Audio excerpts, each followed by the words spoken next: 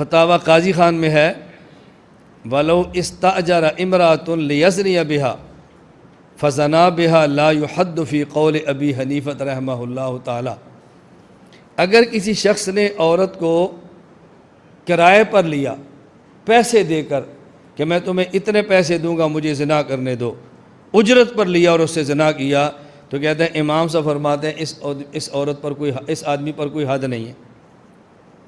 اب اعتراض کیا کرتے ہیں کہ دیکھو جی امام ابو حنیفہ رحمۃ اللہ علیہ یہ زنا کے دروازے کھول رہے ہیں، امام ابو حنیفہ رحمۃ اللہ علیہ زنا کے دروازے کھول رہے ہیں، کہتے ہیں آدمی پیسے دے کر عورت سے زنا کرے تو ایسے آدمی پر حد ہی نہیں ہے، جب حد نہیں تو پھر جائز ہے۔ میں نے کہا بات سمجھو، ایک ہے زنا کا جائز ہونا اور جائز نہ ہونا، ایک ہوتا ہے ایسے زانی پر حد لگنا اور حد نہ لگنا۔ حد لگنا نہ لگنا اور مسئلہ ہے، اور زنا کا جائز ہونا ناجائز ہونا یہ اور مسئلہ ہے۔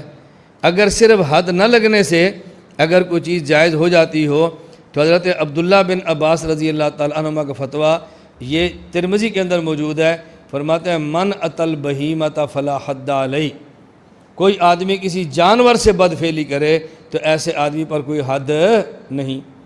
تو اس کا کیا معنی کہ جانور سے بدفعلی کرنا جائز ہوگا؟ اب بتاؤ اگر میں آپ سے کہوں کوئی آدمی پخانہ کھا لے اس کے اوپر کوئی حد نہیں، تو غیر اٹھ کے پخانہ شروع کر دے کیوں، کھانا شروع کر دے کیوں؟ مولانا صاحب نے کہا حد نہیں لہذا جائز ہو گیا۔ اور بھئی حد نہ ہونا الگ مسئلہ ہے اور جائز اور ناجائز ہونا یہ الگ مسئلہ ہے۔ تو امام ابو حنیفہ رحمۃ اللہ علیہ کا یہ جو مسئلہ بیان کیا جا رہا ہے نا کہ حد نہیں، حد نہ ہونے کی وجہ امام صاحب فرماتے ہیں کہ ضابطہ ہے الحدود تندرع بالشبہات، اگر کسی موقع پر شبہ ثابت آ گیا تو شبہ سے حد ساقط ہو جاتی ہے۔ یہاں شبہ کیا ہے؟ قرآن کریم میں ہے فَمَسْتَمْتَعْتُمْ بِهِ مِنْهُنَّ فَآتُوهُنَّ أُجُورَهُنَّ، جب تم کسی عورت سے نکاح کرو تو عورت کا حق مہر دیا کرو، عورت سے نکاح کرو تو عورت کو حق مہر دیا کرو۔ تو یہ جو اس نے عورت کے ساتھ ہم بستری کی ہے اور بدلے میں پیسے دیے ہیں، نکاح والا بندہ بھی عورت سے نکاح کرتا ہے اور بدلے بزا کے طور پہ پیسے دیتا ہے، تو شبہ یہ تھا کہ جیسے حق مہر ہے ویسے اجرت ہے، یہ حق مہر کی طرح ہے، اس لیے اس پر حد نہیں جاری ہونی چاہیے، شبہ آ گیا۔ اب ذہن میں سوال آئے گا بھائی وہ تو تب ہے جب نکاح ہو اور پھر پیسے دیں حق مہر، اس نے تو نکاح نہیں کیا اور پھر پیسے دیے، یہ حق مہر کے مشابہ کیسے ہو گیا؟ ہم نے کہا یہ نکاح کے مشابہ ہے۔ کیوں؟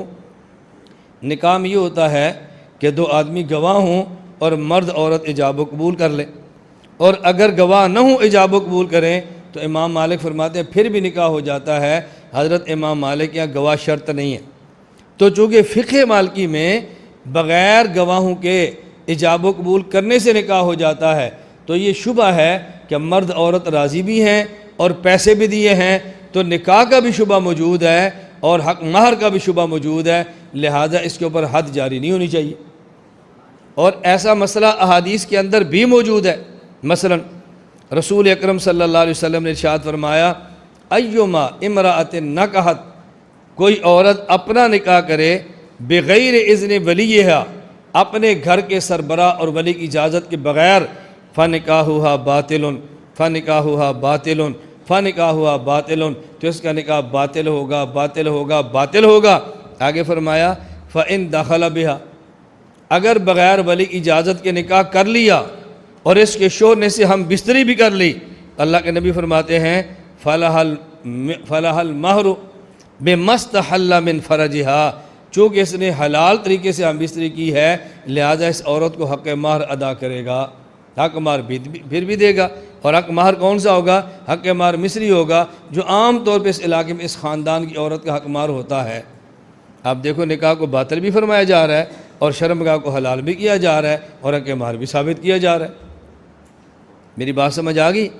تو اس کا مطلب یہ نہیں ہے کہ حد نہیں تو جائز ہو گیا، لیکن یہ بات بھی ذہن نشین فرما لیں کہ اس مسئلے پر بھی فقہ میں دو قول ہیں، ایک قول یہ ہے کہ حد ہے اور فتویٰ اس بات پر ہے کہ اس پر ایک یہ حد نہیں اور فتویٰ اس پر ہے، اس پر حد یہ ہے۔ الدر المختار باب الوطی الذی یوجب الحد والذی لا یوجبہ، مسئلہ بیان کیا والحق وجوب الحد کالمستأجرۃ للخدمۃ، جس طرح کسی عورت کو پیسے دے کر گھر میں نکرانی رکھا جائے اور آدمی اس سے زنا کر لے، اس پر حد زنا ہوتی ہے، اسی طرح کوئی آدمی کسی عورت کو پیسے دے کر لائے ہی زنا کے لیے تو اس پر بھی حد ہوتی ہے۔ تو فتویٰ اس بات پر ہے کہ حد ہوگی۔ بات سمجھ آ گئی؟ اب دو باتیں سمجھ لیں، اس مسئلے پر دو قول آگے، ایک قول یہ کہ حد نہیں، اور ایک قول یہ کہ حد، اگر حد نہ ہو تو جائز پھر بھی نہیں ہے، اور اگر حد ہو تو فتویٰ اس پر ہے کہ حد ہونا چاہیے۔ تو جب ہم تقلید مفتہ بہا مسائل پہ کرتے ہیں تو اعتراض میں وہ مسئلہ پیش کرو جس پر ہمارا فتویٰ ہے، جس پر ہمارا فتویٰ ہی نہیں اس مسئلے کو اعتراض میں آپ پیش کیوں کرتے ہیں؟ میری بات سمجھ آ گئی؟ اس لیے ہم نے کہا یہ دو مسئلے الگ ہیں، ایک ہے گناہ ہونا اور ایک ہے حد ہونا۔ گناہ تو ہر حال میں ہے، لیکن حد کے بارے میں دو قول تھے، اور فتویٰ اس بات پر ہے کہ اس آدمی پر پھر بھی حد ہوگی، یہ نہیں کہ اس کی حد ساقط ہو جائے گی۔